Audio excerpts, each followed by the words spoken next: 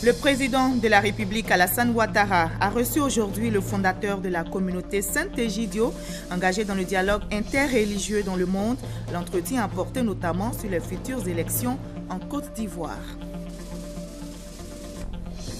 Le Premier ministre était face à la presse ce matin pour faire le point des réformes entreprises dans le cadre de l'amélioration du climat des affaires en Côte d'Ivoire. Plus de 15 réformes ont été engagées selon le chef du gouvernement. Des militaires sont en ce moment entendus par la justice dans le cadre des enquêtes relatives aux exactions commises lors de la crise post-électorale. C'est une procédure qui s'inscrit dans la droite ligne de l'objectif zéro impunité promise par le président de la République. Le Parlement grec étudie en ce moment les propositions faites hier par le Premier ministre Alexis Tsipras. Deux partis d'opposition ont déjà donné leur accord. Voilà pour les principaux titres. Bonsoir à tous. Heureuse de vous retrouver dans le 20h sur RTI 1. Commençons tout de suite par le palais présidentiel où le chef de l'État, Alassane Ouattara, a reçu le fondateur de la communauté Saint-Egidio engagé dans le dialogue interreligieux dans le monde. L'entretien a porté notamment sur les futures élections, la paix en Côte d'Ivoire. Le reportage de Jérôme Kofi Abolin. Andrea Riccardi, hôte du président de la République, Alassane Ouattara, ce vendredi en fin de matinée, le fondateur de la communauté Saint-Egidio qui prône l'entente et la paix entre les religions, a eu plus d'une heure d'entretien avec le chef de l'État. Échange à l'issue duquel il a dit être heureux de retrouver sous la supervision du président Alassane Ouattara une Côte d'Ivoire en pleine reconstruction après des moments difficiles dus à la crise post-électorale. Pour nous, la Côte d'Ivoire, c'est un pays d'élection, car ici, c'est un laboratoire de ce que j'appelle et que c'est mon idéal, la civilisation du vivre ensemble. Vivre ensemble entre Nord et Sud. Et je veux souligner comme la Côte d'Ivoire accueille toujours populations différentes, vivre ensemble entre chrétiens et musulmans. Et vivre ensemble avec l'inclusion sociale, car c'est notre chapitre sur lequel Saint-Egidio est très engagé.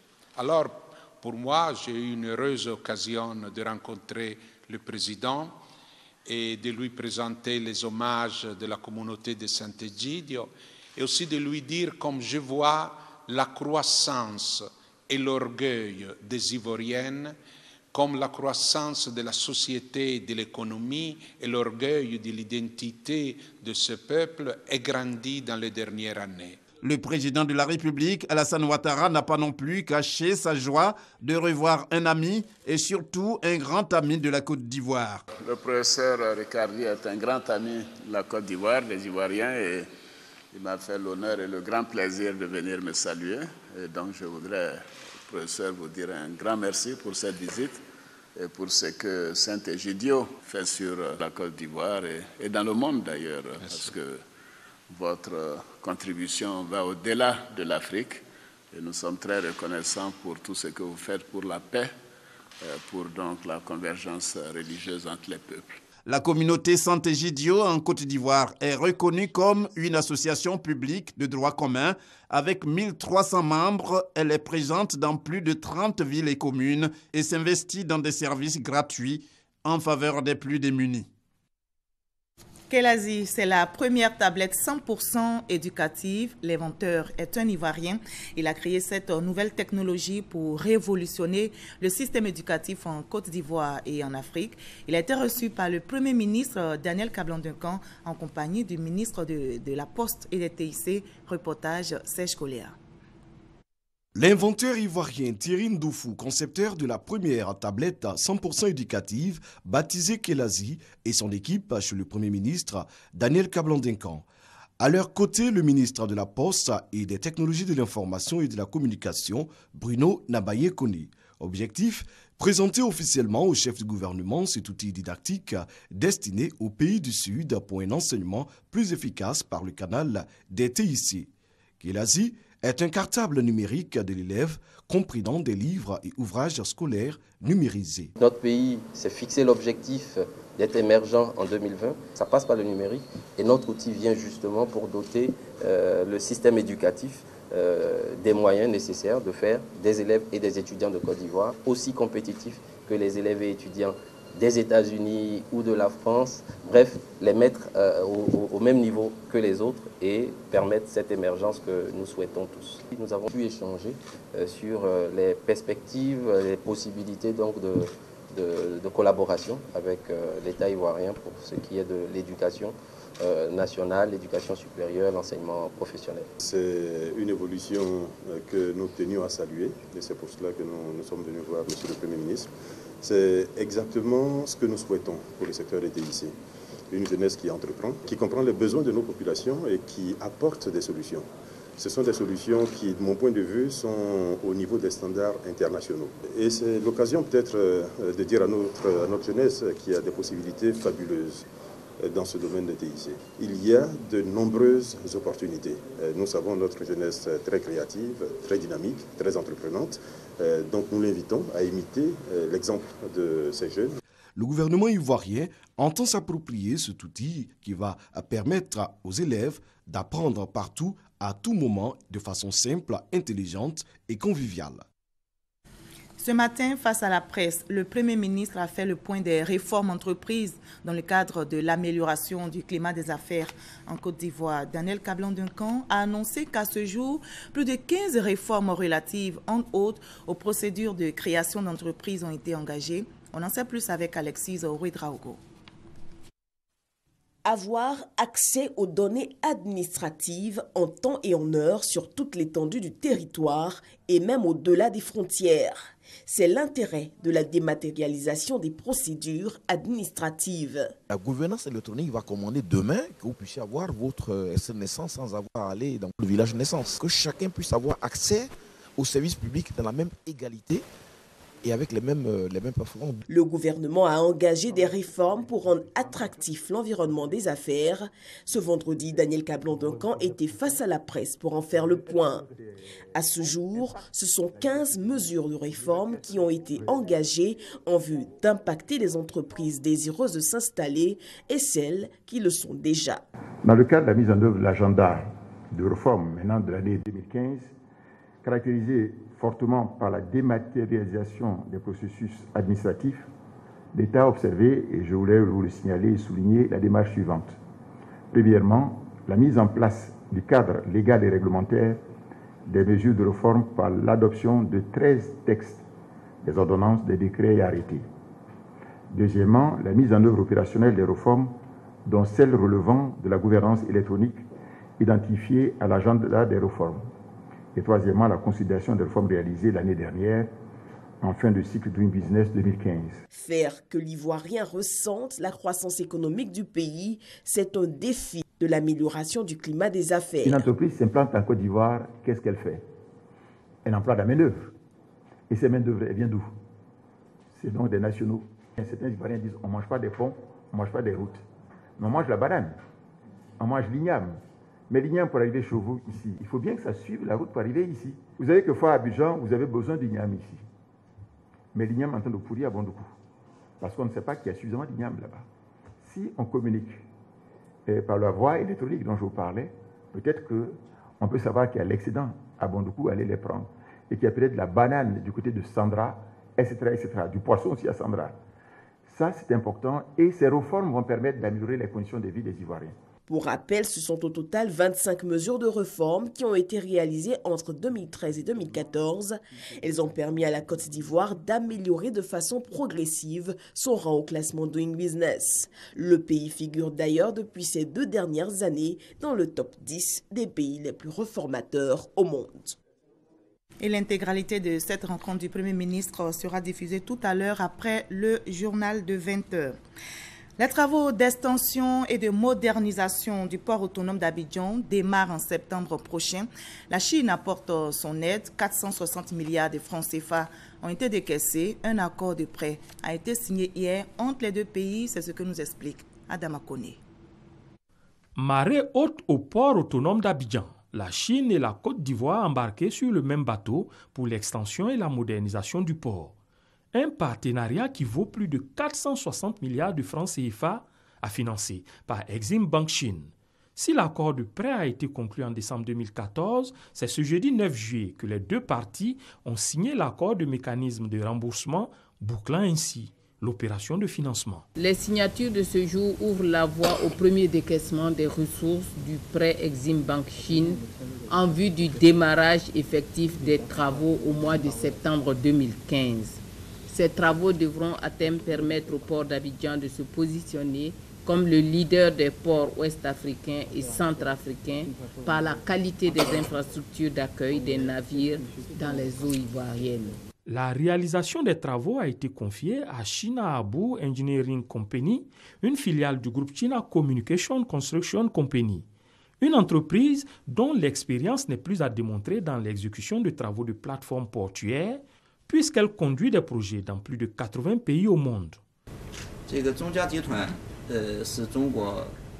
La groupe CCCC est une groupe centrale très importante en Chine. Il assume beaucoup de responsabilités sur la construction nationale. Elle a au moins 3 filières ici présentes en Côte d'Ivoire. Et ces 3 filières, j'espère, jouent un rôle de plus en plus important dans les jours à venir. Au total, les travaux d'extension et de modernisation du port autonome d'Abidjan vont coûter 541 milliards de francs CFA, avec entre autres la construction d'un deuxième terminal à conteneurs. Le prêt octroyé par Exim Bank Chine représente 85% de ce montant. Le solde de 15% sera pris en charge par l'État de Côte d'Ivoire. Au bout de 4 ans, ces travaux remettront le port autonome d'Abidjan à flot pour de nouvelles conquêtes commerciales.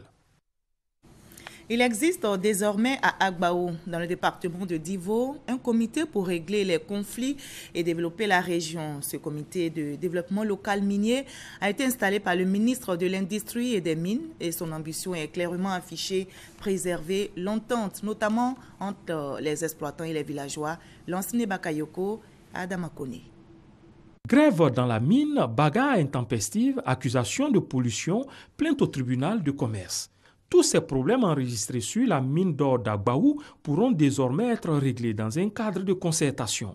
Avec l'installation du comité de développement local minier CDLM, le gouvernement engage la responsabilité des riverains et des opérateurs à mener les activités d'exploitation dans un partenariat gagnant-gagnant. On ne peut pas parler de développement minier, d'industrie minière aujourd'hui sans parler de comité de développement local. C'est une loi, c'est une obligation pour nous tous. Et ce comité de développement local a pour mission principale d'être un instrument de développement économique et social des zones impactées par l'activité minière. Ce comité se veut représentatif et inclusif.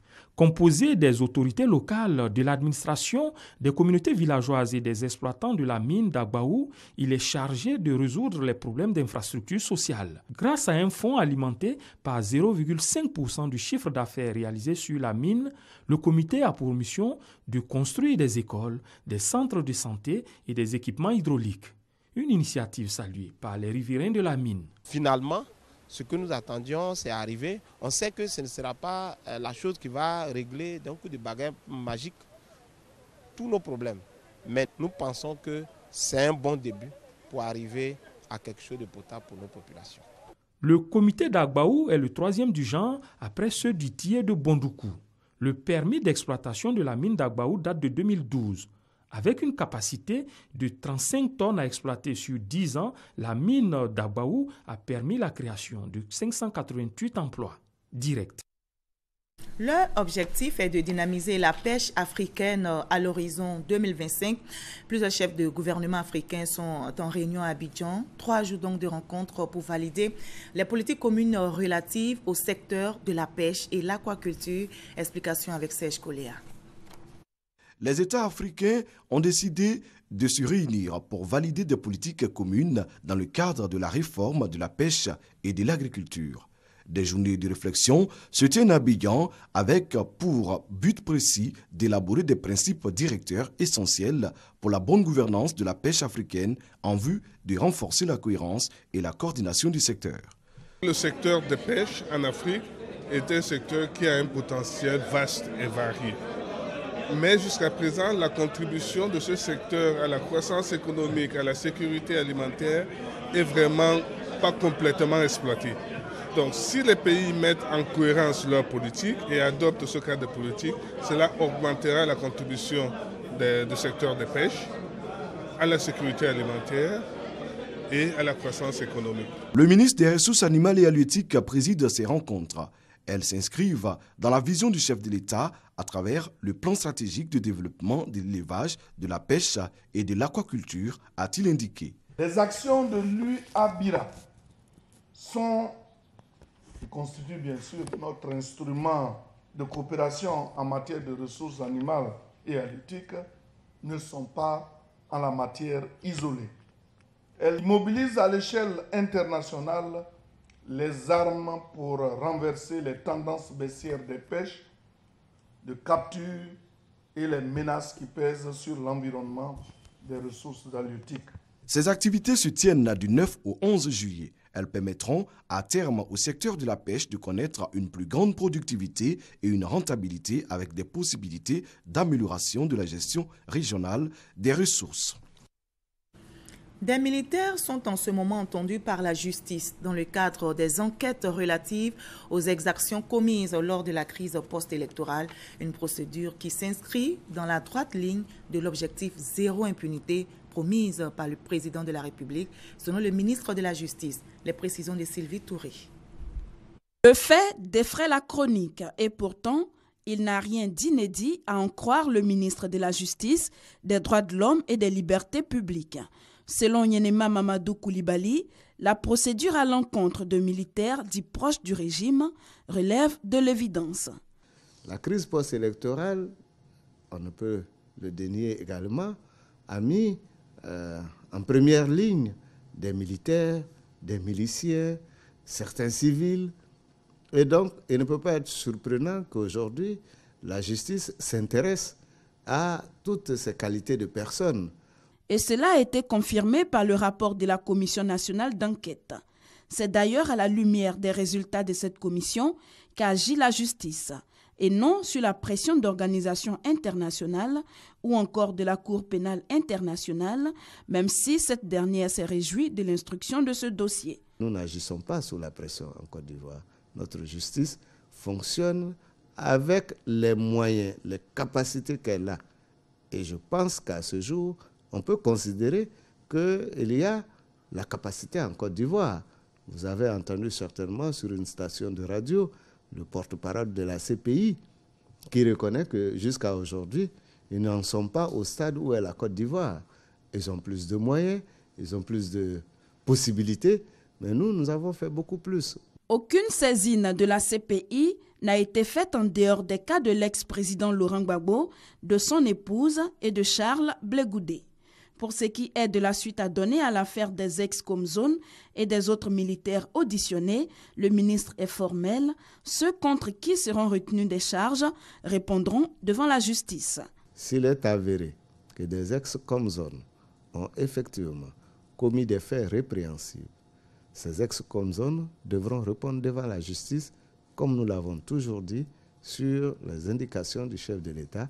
Il n'y a pas donc de protection en matière de justice en Côte d'Ivoire. Impossible pour l'heure de savoir les faits pour lesquels ces militaires sont entendus, secret d'instruction oblige. Mais le ministre promet, toute la lumière sera faite sur les exactions de la crise post-électorale au nom de l'objectif impunité zéro voulu par le président de la République.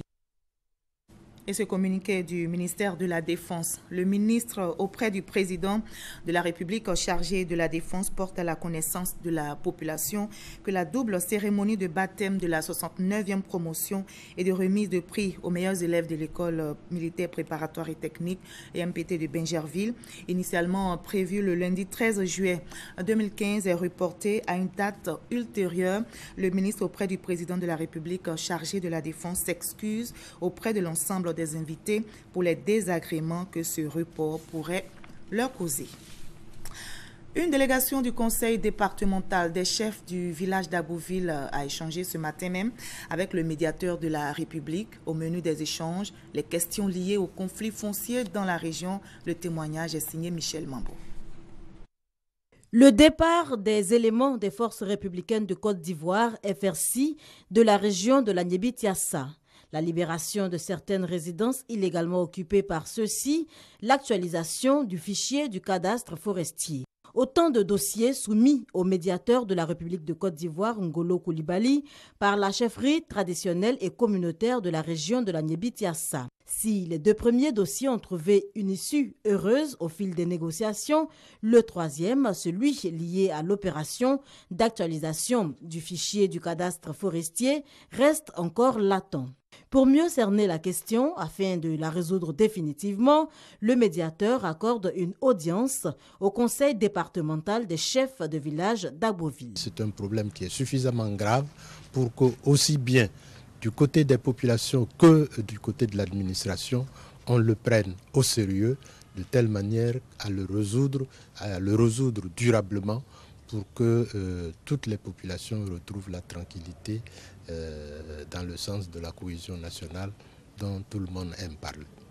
Les hôtes du médiateur repartent satisfaits, leurs doléances ayant trouvé oreille attentive. Nous partons rassurés des conseils qu'il nous a donnés, des assurances qu'il nous a données, et nous savons que le problème se trouve en de très bonnes mains et qu'il trouve déjà sa solution parce que nous avons été écoutés.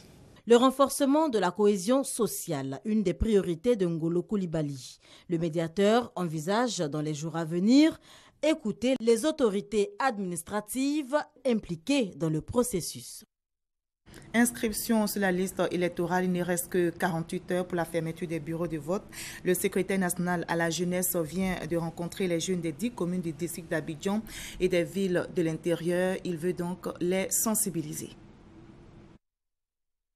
Plus que quelques heures pour la fin officielle de l'enrôlement. L'heure est donc à la mobilisation tout azimut pour l'inscription massive des jeunes sur la liste électorale.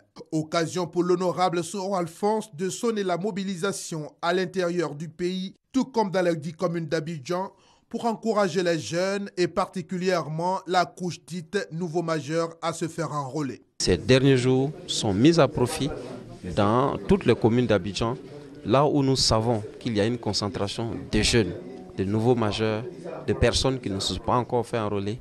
Nous faisons l'effort d'aller vers ces personnes pour les convaincre et de surtout veiller à ce qu'on vienne ensemble dans un centre d'enrôlement pour que leur enrôlement s'efface à notre présence. Message bien perçu par les jeunes rencontrés qui ont pris d'assaut les centres d'enrôlement. C'est un acte citoyen et un devoir citoyen comme tout Ivoirien. Parce que d'abord voter, ce n'est pas seulement élu le président, c'est aussi élu les différents maires et députés de notre cher pays. Rappelons que l'opération d'enrôlement prend fin le 12 juillet prochain.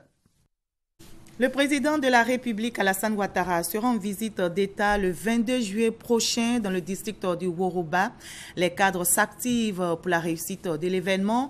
Amadou Soumaoro est en tournée de mobilisation. Voyons l'étape de Daloa avec notre reporter Abou Sanogo.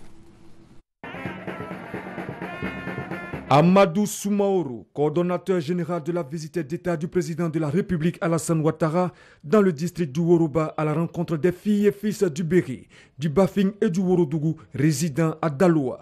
Objectif, sonner la mobilisation des ressortissants du Woroba d'une part et les mettre en ordre de bataille pour la réussite de la visite d'État du président de la République Alassane Ouattara dans leur région du 22 au 26 juillet prochain d'autre part.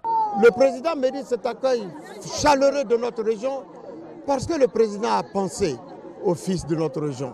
Et nous avons envoyé des messagers partout en Côte d'Ivoire. Nous avons envoyé des messagers à nos enfants, à nos frères d'Europe, afin que du 22 au 26, nous nous retrouvons tous pour faire allégeance au président Alassane Ouattara, pour dire au président, président, nous sommes avec vous, président, comptez sur nous, parce que votre deuxième mandat, nous vous le garantissons. Les ressortissants des régions qui composent le district du Woroba s'engagent à faire de la visite du président de la République une réussite totale. Toutes les régions sont en train de s'organiser, le Bafing, le Worodougou et le Béré, pour aller accueillir le président de la République. En tout cas, Daloa est mobilisé. À partir du 22, nous allons faire un convoi pour aller à Touba. De Touba, nous venons à Ségéla. De Ségéla, nous allons partir à Mankono. Le Woroba féminin est représenté à Daloa ici. Le président de la République Alassane Ouattara entamera une visite d'État à partir du 22 juillet dans la région du Bafing. Il sera le 23 juillet à Séguéla, le 24 à Mankono, le 25 à Kani et le 26 juillet à Séguéla pour le meeting final. Le collège des conseillers du Conseil national de la presse CNP réuni en sa 7e session ordinaire 2015, le jeudi 2 juillet, a pris une décision portant retrait pour une durée de 6 mois de la carte d'identité de journaliste professionnel de M. Bato Tonga Diom, dit Diom Bato, suite donc à la publication par le bi-hebdomadaire L'éléphant déchaîné. Il faut dire que d'un dossier sur le syndicat des agents de la presse privée de Côte d'Ivoire, lequel dossier, tirant lui-même sa source d'un rapport aveu de M. Dago Wakubwe, Samuel alias Sam Wakubwe, démissionnaire du poste de trésorier général adjoint du dit syndicat, le CNP s'est senti interpellé. En conséquence et en attendant l'examen au fond de cette affaire, le Conseil a décidé du retrait de la carte de journaliste professionnel de M. Guillaume Bato pour une durée de 6 mois à compter de la notification qui lui en sera faite. La commission paritaire d'attribution de la carte d'identité des journalistes professionnels et des professionnels de la communication est chargée de l'exécution de la mesure. M. Guillaume Bato dispose d'un délai de 30 jours à compter de la notification de la présente décision pour saisir la juridiction administrative compétente. Le directeur général de la Caisse nationale d'assurance maladie était face aux retraités de Côte d'Ivoire. C'était hier.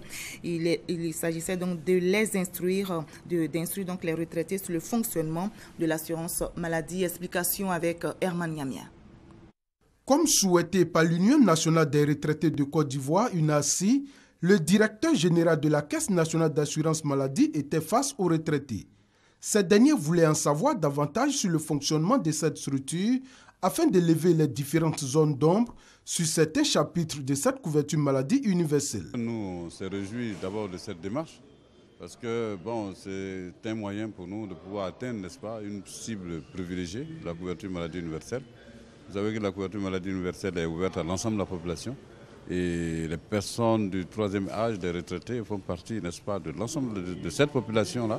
L'exposé du directeur général de la Caisse nationale d'assurance maladie et les échanges qui s'en sont suivis ont permis aux participants d'avoir une idée précise sur le fonctionnement de cette structure. Il a donné un coût, 1000 francs par mois, et je pense que c'est un peu abordable, mais nous allons en temps opportun rencontrer aussi nos adhérents. Si j'ai 5 enfants, les 5 enfants, chaque tête, ça fait 1000 francs. Donc ça me fait plus moi, mais ça fait 5 000 francs. J'ai appris beaucoup de choses et je pense que retournant chez moi, à l'intérieur, je vais passer le message. À ce jour, seulement 110 000 personnes se sont fait enrôler. Les responsables de la CNAM envisagent d'atteindre le chiffre de 4 millions de personnes. Un chiffre déjà disponible dans la base de données de la CNAM grâce aux données de la CGRAE et de la CNPS. Ce chiffre va constituer le socle de la solidarité nationale selon Bamba Karim. On note 57 sites d'enrôlement répartis sur toute l'étendue du territoire national. La communauté musulmane de la nouvelle gare routière d'Abobo était en joie. Elle a reçu un important don en vivres et non-vivres de la part du chargé de mission du président de la République, Lassina Ouattara. Bagasoro connaît pour le reportage. Faire parler son cœur à l'occasion du mois de Ramadan, mois de solidarité, de fraternité et de partage. C'est le vœu cher à Lassina Ouattara, chargé de mission du président de la République, Alassane Ouattara.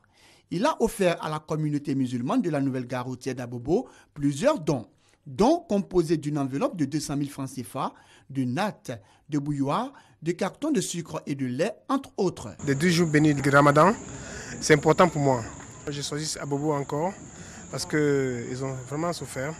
Et je suis venu encore ici faire vivre mon cœur. Ces dons ont été reçus par les responsables de la commune d'Abobo avec à leur tête le maire Adama Tungara. Nous sommes heureux, la population d'Abobo, la municipalité et moi-même, d'avoir reçu de la main de M. Lassina Ouattara des cadeaux importants en vivres et en non-vivres pour manifester, pour exprimer sa foi.